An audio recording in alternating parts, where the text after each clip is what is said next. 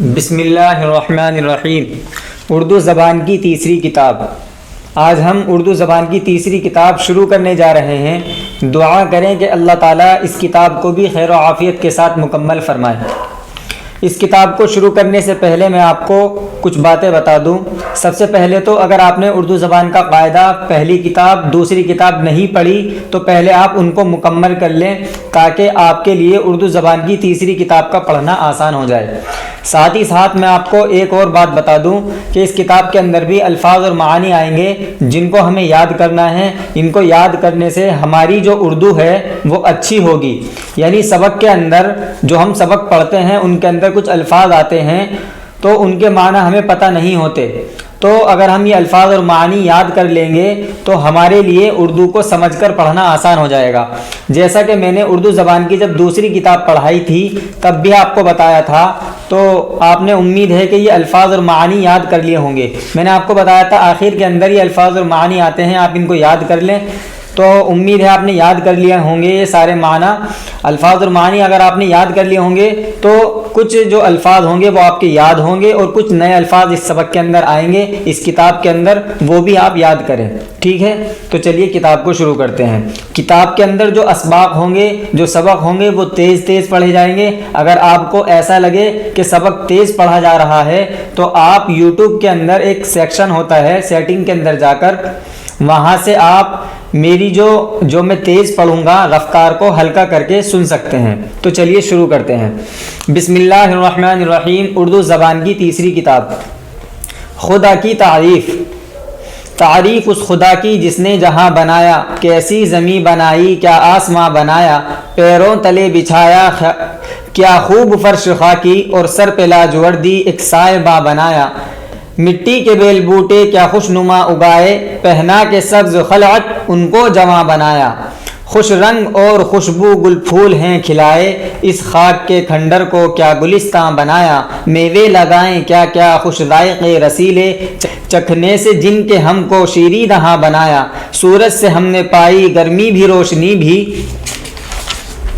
کیا خوب چشمہ تو نے اے مہرباں بنایا، سورج بنا کے تو نے رونق جہاں کو بخشی، رہنے کو یہ ہمارے اچھا مکان بنایا، پیاسی زمیں کے منہ میں میہ کا چوایا پانی، اور بادلوں کو تو نے میہ کا نشاں بنایا، یہ پیاری پیاری چڑیاں پھرتی ہیں جو چہکتی، قدرت نے تیری ان کو تسبیح خاں بنایا۔ یہ جو واو ہے یہ پڑھا نہیں جائے گا، یہ واو معدولہ ہوتا ہے۔ اس سے پہلے کی جو اسباق ہوئے ہیں ان کے اندر میں بتا چکا ہوں، واو معدولہ وہ واو ہوتی ہے جو لکھنے میں آتی ہے لیکن پڑھنے میں نہیں آتی۔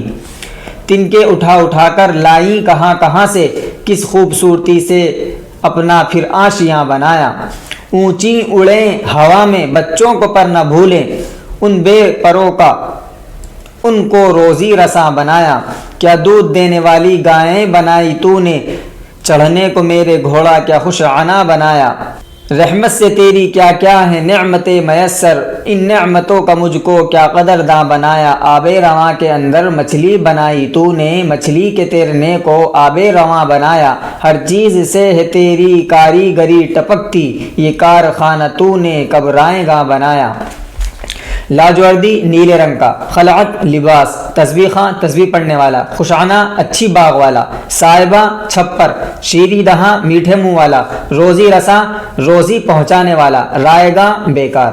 سبق نمبر 2، پرہیزگاری۔ جب انسان کی صحت میں خلل پڑتا ہے تو وہ تمام لذتوں، خوشیوں اور مفید نعمتوں سے محروم ہو جاتا ہے۔ ہم کو نہایت احتیاط کے ساتھ اپنی تندرستی کی حفاظت کرنی چاہیے، کیونکہ یہ حفاظت اس مصیبت سے آسان ہے جو بیماری کے دور کرنے میں بھگتنی پڑتی ہے۔ تندرستی کی حفاظت اس طرح ہو سکتی ہے کہ ہم ان باتوں اور ان چیزوں سے بچتے رہیں جو تندرستی میں خلل ڈالنے والی ہیں۔ بری آب و ہوا، ناموافق غذا، بے موقع محنت اور بے اندازہ کھانے پینے سے ہم کو ہمیشہ پرہیز کرنا چاہیے۔ جس طرح ظاہر کی بد پرہیزی سے انسان کے بدن میں دکھ درد پیدا ہو جاتا ہے، اسی طرح باطن کی بد پرہیزی سے اس کے دل کو طرح طرح کے روگ لگ جاتے ہیں۔ جو شخص بری بات، بیہودہ کام اور ناقص خیال سے پرہیز نہیں کرتا اس کا دل درست نہیں رہتا، نہ اس کو نیکی میں مزہ آتا ہے نہ اس کو نیک کام سے خوشی حاصل ہوتی ہے، بلکہ بدی، شرارت اور گنہگاری سے اس کو رغبت ہو جاتی ہے۔ ہم کو ظاہر اور باطن دونوں قسم کی پرہیزگاری اختیار کرنی چاہیے، کیونکہ پرہیزگاری ہی تمام نیکیوں اور خوبیوں کی اصل ہے۔ محروم ناکام، احتیاط بچاؤ، شرارت دنگا فساد، رغبت شوق اصل جڑ۔ سبق نمبر 3، اطاعت۔ اطاعت بھی عجب چیز ہے، اسی کی بدولت وحشی جانور انسان کے گروہ میں جگہ پاتے ہیں۔ ہاتھی، اونٹ، گھوڑے، گدھے وغیرہ کو آدمی کیوں عزیز رکھتا ہے؟ کس لیے ان کی خدمت کرتا ہے؟ اسی واسطے کہ وہ آدمی کے مطیع ہو جاتے ہیں، اس کی مرضی کے مطابق کام دیتے ہیں۔ انسانوں میں وہی عزت، دولت، رتبہ، منصب پاتا ہے جو اپنے بزرگوں اور حاکموں کی اطاعت، آقاؤں اور استادوں کی فرما برداری کرتا ہے، ان کی مرضی کے آگے اپنی مرضی نہیں چلاتا۔ جو بچے ماں باپ کا کہنا مانتے ہیں وہ سب آفتوں سے امن میں رہتے ہیں۔ جو استادوں کی مرضی پر چلتے ہیں وہ آدمیت اور انسانیت اور علم و ہنر سیکھتے ہیں، جب جوان ہو جائیں گے بڑا رتبہ پائیں گے۔ جو بچے مرضی کے خلاف کرتے ہیں وہ کیسے ہی ذہین اور چالاک ہوں، ہمیشہ بے ہنر اور بے نصیب رہیں گے۔ عیش، خوشی اور چین چان اسی گھر میں ہوتا ہے جس گھر کے چھوٹے اپنے بزرگوں کی اطاعت دل سے کرتے ہیں۔ جس خاندان میں بزرگوں کا لحاظ نہیں وہاں اتفاق اور محبت بھی نہیں، سب کی زندگی بے لطفی سے گزرتی ہے۔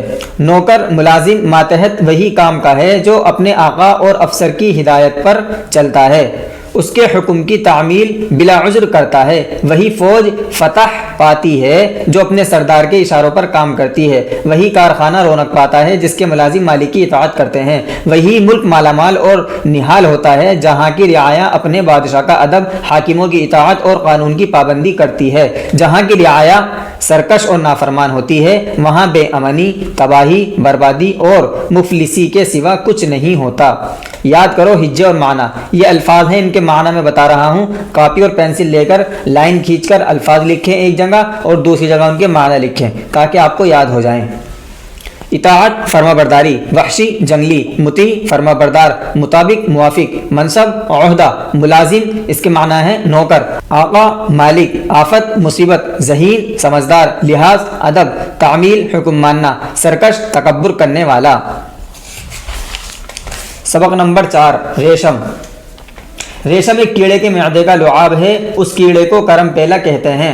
وہ بہت ہوشیاری اور احتیاط سے شہتوت کے درختوں پر پالا جاتا ہے۔ جب اس کی پتیاں کھا کر خوب موٹا تازہ ہو جاتا ہے تو اس کے منہ سے ایک مہین تار نکلنے لگتا ہے۔ اب کرم پیلا پتے پر گھر بنانا چاہتا ہے، اس لیے اپنے منہ سے تار تننا شروع کرتا ہے اور اپنے تاروں کے تانے بانے میں خود پوشیدہ ہو جاتا ہے، مگر اندر ہی اندر اپنا کام جاری رکھتا ہے یہاں تک کہ وہ فاختہ کے انڈے کے برابر ہو جاتا ہے۔ اس گول چیز کو ریشم کا کویا کہتے ہیں جس کے اندر کیڑا مر جاتا ہے اور جو اس کا گھر تھا وہی اس کا مقبرہ بن جاتا ہے۔ لیکن کبھی کیڑا صحیح سلامت بھی نکلتا ہے، جب وہ زندہ رہتا ہے تو پردار بن کر کوئے کو کاٹ کر باہر آتا ہے۔ اس صورت میں کویا ناکارہ ہو جاتا ہے، اس کا ریشم نہیں بنتا۔ کوئے کو اول گرم پانی میں جوش دیتے ہیں، پھر چرخی میں اوٹ لیتے ہیں، وہی ریشم کہلاتا ہے۔ اسی کے تاروں سے عمدہ، نفیس اور بیش قیمت ریزے تیار ہوتے ہیں۔ اطلس، گلبند، قناویز وغیرہ ریشم ہی سے بنے جاتے ہیں جو امیروں رئیسوں کے لباس میں کام آتے ہیں۔ بنگالے میں ریشم پیدا کرنے کے کارخانے کئی جگہ ہیں، لیکن قدیم زمانے میں چین کا ریشم مشہور و معروف ہے، وہیں سے دنیا کے دور دراز حصوں میں جاتا ہے۔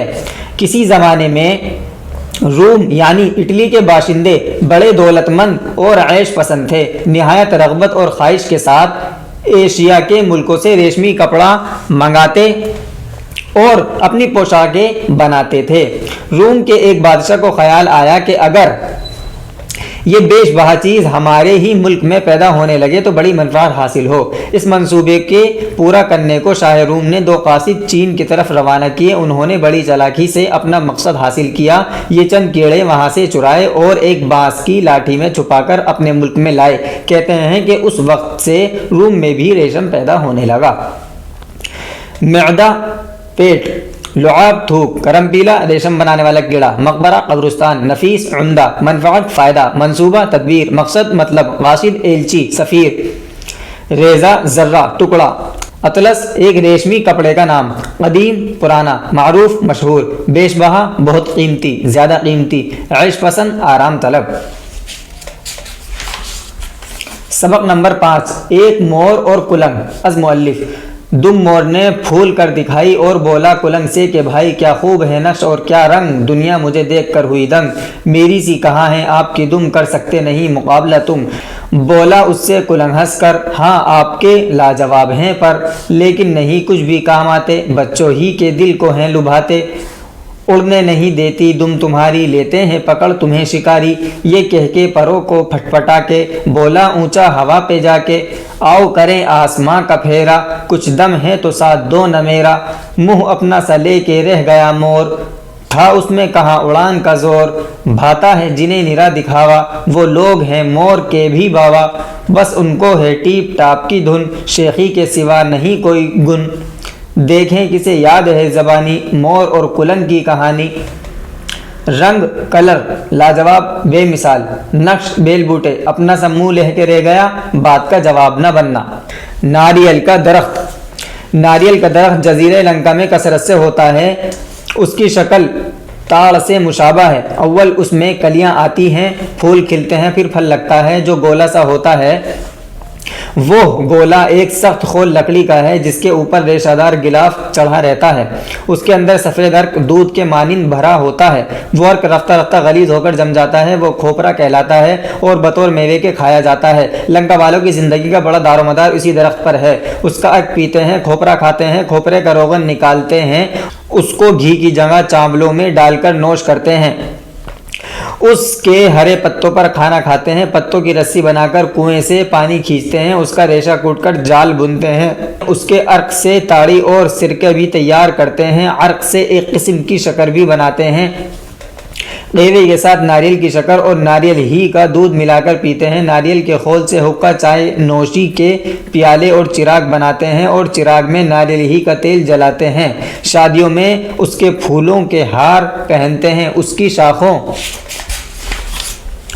کے ڈنٹھل کو کھود کر ڈبیا بناتے ہیں، 70 برس کے بعد یہ درخت بوڑھا ہو جاتا ہے، بڑھاپے کی علامت یہ ہے کہ اس میں پھل نہیں آتا، اس وقت یہ پرانا خادم کاٹا جاتا ہے، اس کی لکڑی سے کڑیاں اور ستون بناتے ہیں، دروازے، کھڑکیاں، کرسیاں، صندوقچے اور دوسری کار آمد چیزیں تیار کرتے ہیں۔ غرض یہ درخت لنکا کے باشندوں کا بڑا ہی شفیق و مربی ہے۔ مشابہ ہمشکل، ریشہ، تار، رگ، نس، غلاف، کور، کھول، عرق، رس، غلیظ، گاڑھا، دار و مدار، بھروسہ، یقین، روغن، تیل، نوش، کھانا یا پینا، قہوہ، چائے، علامت، نشانی، خادم، نوکر، ستون، کھمبا، باشندہ، رہنے والا، شفیق، مہربان، مربی، پالنے والا۔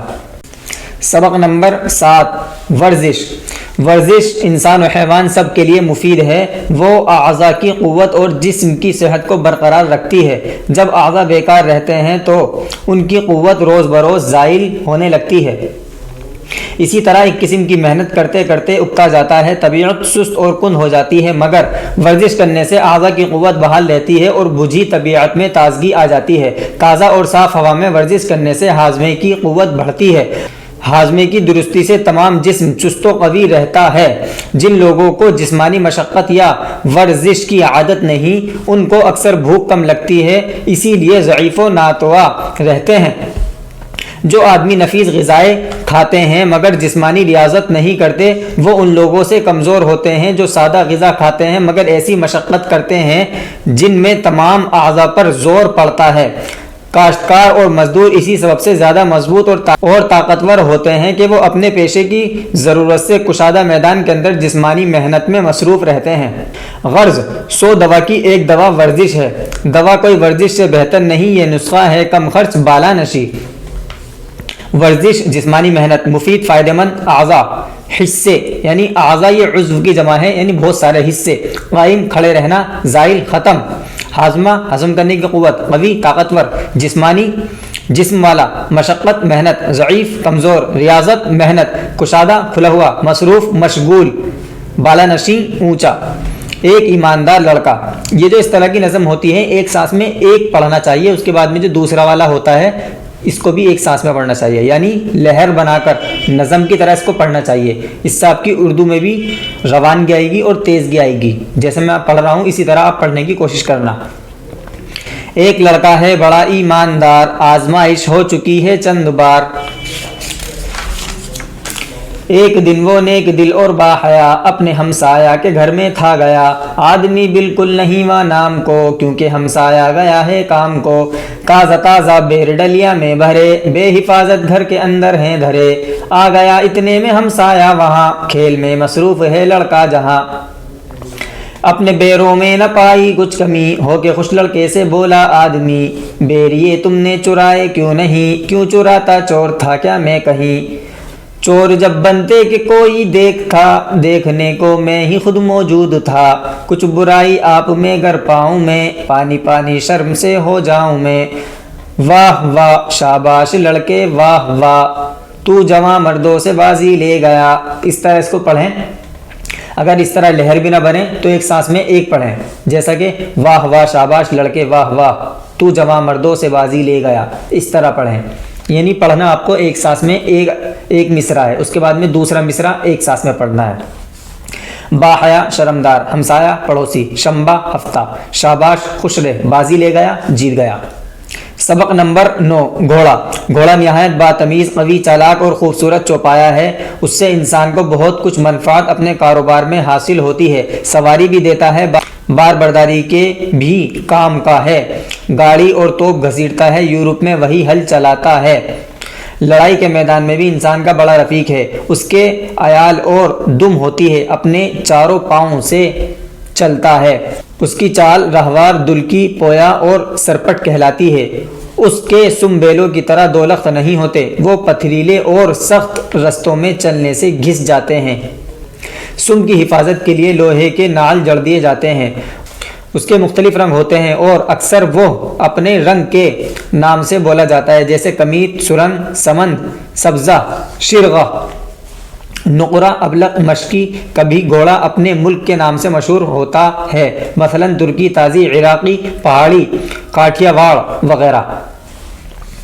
عرب کا گھوڑا قاضی کہلاتا ہے، وہ بے نظیر مشہور ہے، بڑا چالاک، جاندار اور نہایت اصیل ہوتا ہے، ایسا گھوڑا دنیا کے کسی اور خطے میں نہیں پایا جاتا۔ عرب کے لوگ گھوڑے کو نہایت احتیاط اور ہوشیاری سے پرورش کرتے ہیں، اس کو اولاد کی طرح عزیز رکھتے ہیں، کبھی چابک نہیں مارتے بلکہ آواز یا باغ کے اشارے سے کام لیتے ہیں، اور قومیں جو عمدہ طریقے پر پرورش نہیں جانتی وہ اپنے گھوڑوں کو زد و کوب کر کے بدمزاج اور ٹرا بنا دیتی ہیں۔